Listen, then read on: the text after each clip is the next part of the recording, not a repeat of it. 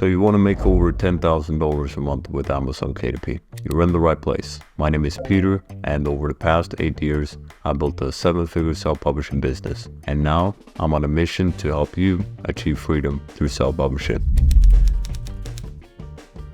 You probably heard it before, 80% of success is psychology and 20% is the mechanics. Is that true when it comes to self-publishing?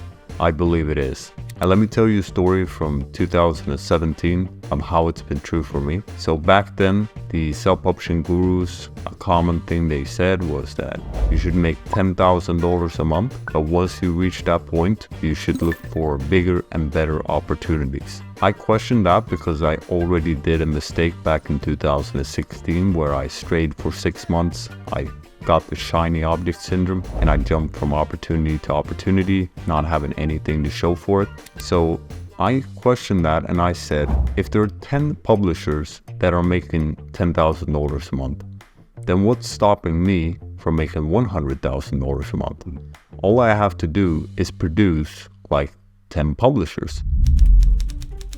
So the first thing is that you must believe that it's possible. And then the second thing is, okay, maybe it's possible, but is it possible for me? And that's where self-belief comes in. Let me ask you this. If I could wave a magic wand and have you produce books like the top producers produce books, don't you think you'll eventually get similar results? Even if you have really bad luck, then something is bound to show after publishing tens and hundreds of books. So by simply taking yourself out of the equation and looking at the input, you're able to see that the thing we need to focus on is learning the things that these top producers know. Because once we're able to produce at the same level as them, then we will get similar results and our self-belief will shift in the process. So are you in the right place? Absolutely. And if you want to be even more in the right place, I've created a free community on Skool for driven publishers like you. The link is in the description if you want to check it out. Again, it's free, so don't worry, I'm not trying to sell you anything. So now that we know that it's possible for us to scale beyond $10,000 a month, then what is it that we need to focus on from a practical perspective? In the last video, we broke down the math to making $10,000 a month.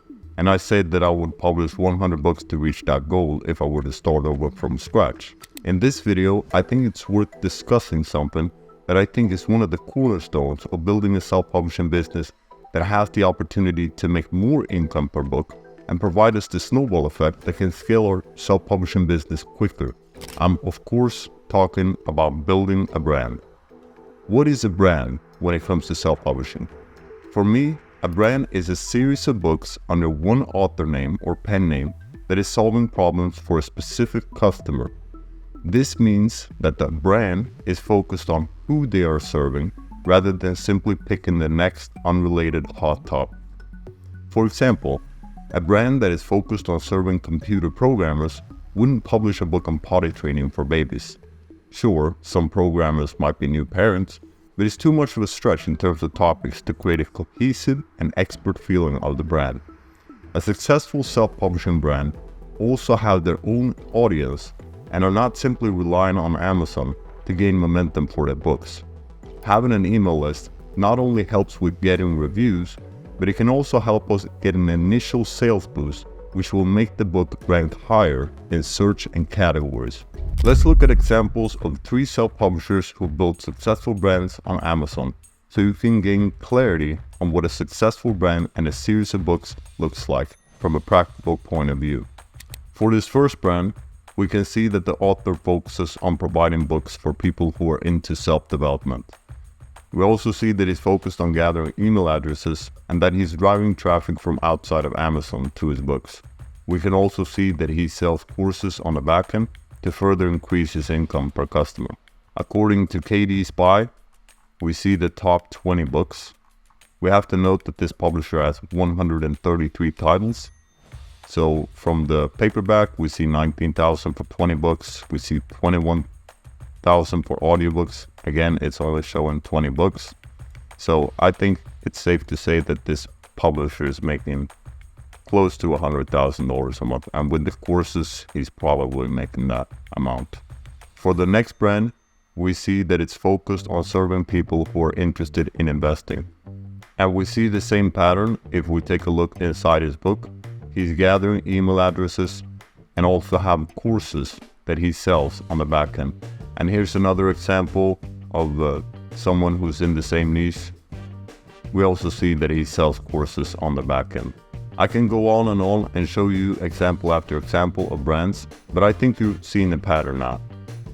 So when it comes to building a brand, the goal of making $100 a month per book on average doesn't apply, as you can clearly see that the income can become a lot higher once you get one book under a brand that takes off, as that will create a ripple effect which will increase the sales for the other books under the brand. Here we see one audiobook, according to KD Spy, is making $93,000 a month. Now, is a brand necessary to scale beyond $10,000 a month? No, but let me give you a visual analogy so you can see how focused effort can lead to more results. Imagine a lighthouse. At first, its light shines super straight and far, focusing on one spot. This is like the self-publisher who starts by making books about self-learning only.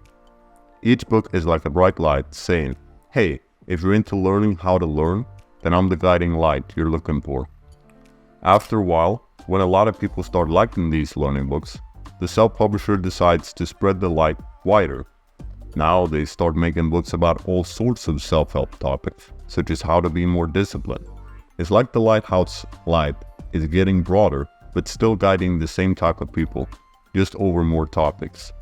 Compare this to having a lot of little lights scattered everywhere, not really connected, nor building on each other to create a light that can reach further. As you can see, even if this publisher has one book that sells really well, it doesn't really help his other books to shine any brighter, and there's still a dark space between each book, which doesn't make his effort shine any wider.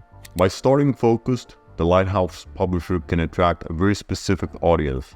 Then, as he begins to include more topics, there's already a crowd ready to see what's next.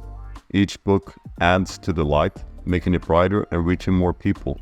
Each reader also becomes a potential light that can help spread the message about this lighthouse bringing light to the world. In essence, concentrated effort eventually reaches further and wider, even though it starts narrow and small.